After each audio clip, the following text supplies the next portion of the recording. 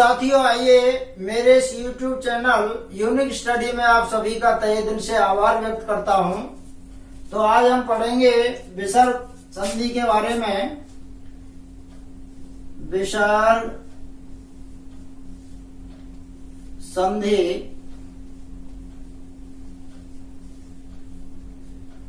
जैसा कि हम जानते हैं, विसर्ग की पहचान यह है कि पूर्व पद में या तो कोई स्वरवर्ण हो और या कोई व्यंजन वर्ण हो,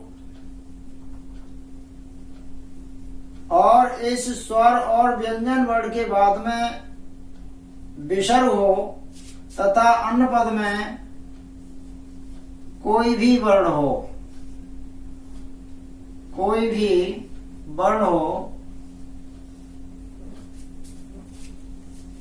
ये हमारी विसर्ग संधि की पहचान है। विसर्ग संधि में पूर्व पद में विसर्ग से पहले या तो स्वरवर्ण हो सकता है या विसर्ग से पहले आपका व्यंजन वर्ण हो सकता है। तो ये हमारी विसर्ग संधि की ओर संकेत करता है। इसका नियम नंबर 1 पढ़ते हैं। विसर्ग संधि का नियम नंबर 1, शर्त है कि पूर्व पद में विसर्ग से पहले एरस आ हो तथा परपद में एरस आ को छोड़कर कोई भी स्वरवर्ण हो,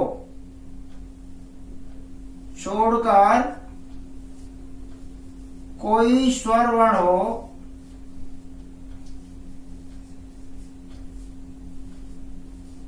ऐसी स्थिति में विसर्ग का लोप कर दिया जाता है। ऐसी स्थिति में विसर्ग का लोप कर देते हैं। यानी पूर्व पद में विसर्ग से पहले वाले अक्षर में रस आ होना चाहिए और परपद में रस आ की मात्रा को छोड़कर, यानी रस आ नहीं होना चाहिए। इसके बाद जो भी कोई स्वरवर्ण है हमारा अवतार, उनमें से कोई एक स्वरवर्ण हो तो इस कंडीशन में हम इस विसर्ग का लोप कर देते हैं, यानी विसर्ग हट जाता है।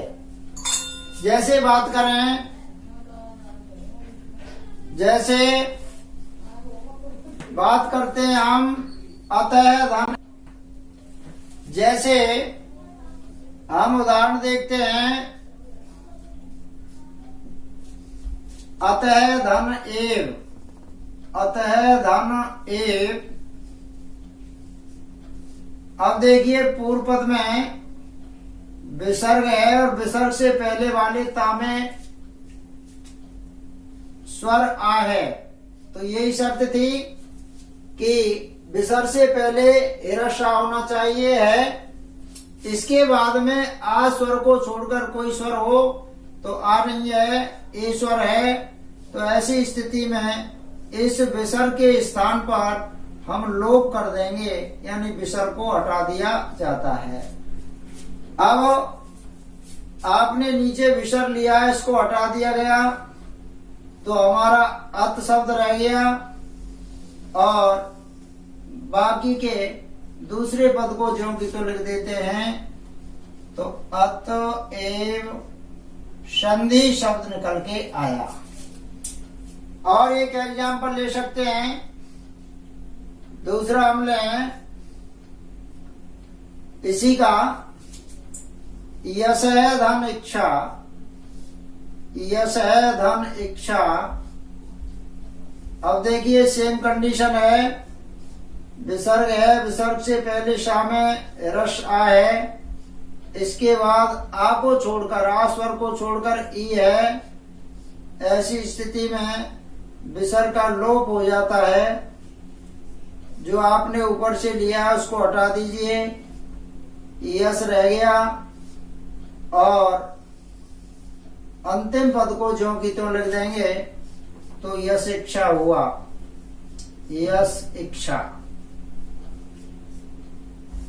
इस तरह तो आप चाहें तो इसका स्क्रीनशॉट ले सकते हैं।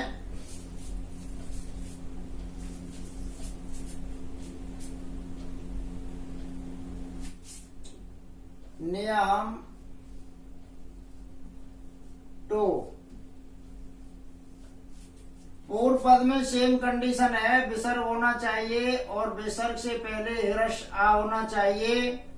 और परपद में अगर हिरस आ है तो ऐसी स्थिति में इस विसर्ग का और हिरस आ के स्थान पर ओ कर देते हैं, यानी ओ की मात्रा लगा देते हैं। ये नियम की शर्त है कि विसर्ग से पहले हिरस आ हो और परपद में हिरस आ हो तो इस विसर्ग और इस आ के मेल से ओ हो जाता है। जैसे एग्जाम्पल लेते हैं,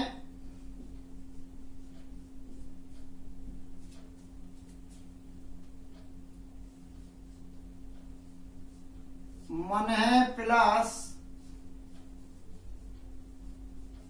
अनुकूल।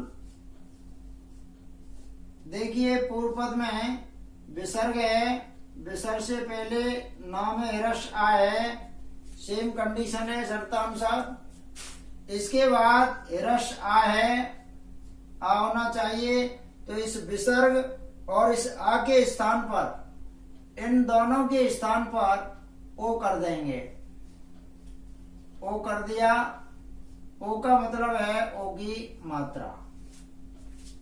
तो ये विसर्ग है, ये हट जाएगा और हिरस आ हट जाएगा। मन और इधर नुकूल है, इनके बीच में ओ जोड़ देंगे तो ये मन आ गया, इसमें ओ की मात्रा जोड़ेंगे, मनो हो गया। और फिर नुकूल शब्द को जोड़ दिया तो हमारा शब्द निकल के आया मनोनुकूल। और भी हम एग्जाम्पल ले सकते हैं। नंबर 2,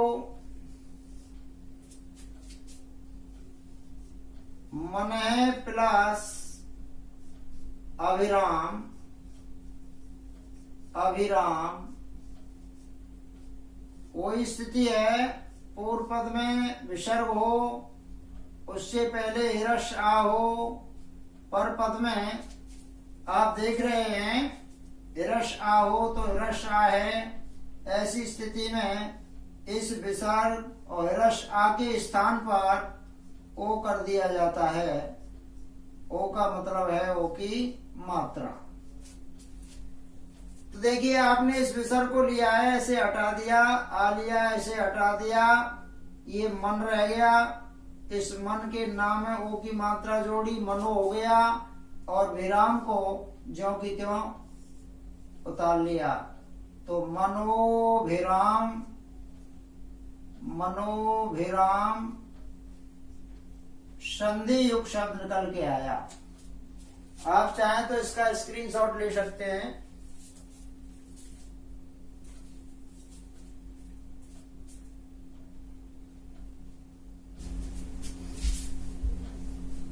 नियम नंबर 30,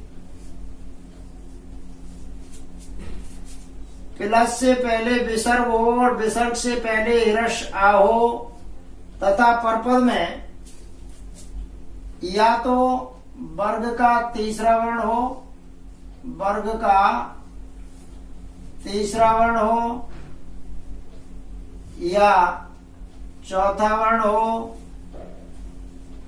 अगर इनमें से नहीं है तो य, र, ल, व और हा में से कोई एक व्यंजन वर्ण हो तो ऐसी स्थिति में विसर्ग का वही ओ कर दिया जाता है। ये शर्त है। जैसे हम करते हैं, एग्जाम्पल लेते हैं,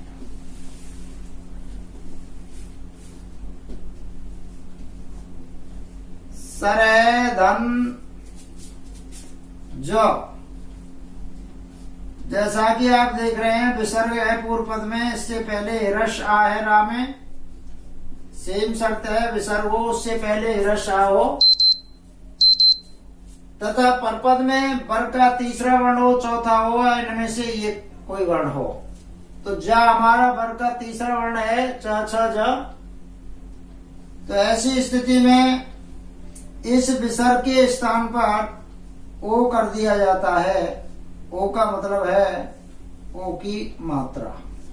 आपने ऊपर से लिया है उसको हटा दीजिए, सर रह गया, इस सर में ओ जोड़ेंगे तो सर्व हो गया और अंतिम पद को ज्यों की त्यों उतार दिया तो सर्वो शब्द निकल के आया। अगर हम दूसरा इसका एग्जाम्पल लें तो पैधन, पैधन द, विसर्ग से पहले हिरस आ है या में, इसके बाद दा है, ता था दा। जो तवर का तीसरा वर्गीय वर्ण है तो वर्ग का तीसरा वर्ण होना चाहिए, तीसरा है। ऐसी स्थिति में इस विसर्ग के स्थान पर वही ओ कर देंगे। ओ का मतलब है ओ की मात्रा लगा देंगे।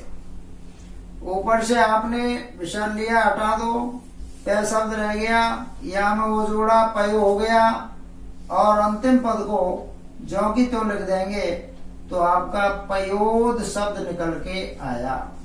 संधि युक्त शब्द हुआ पयोद।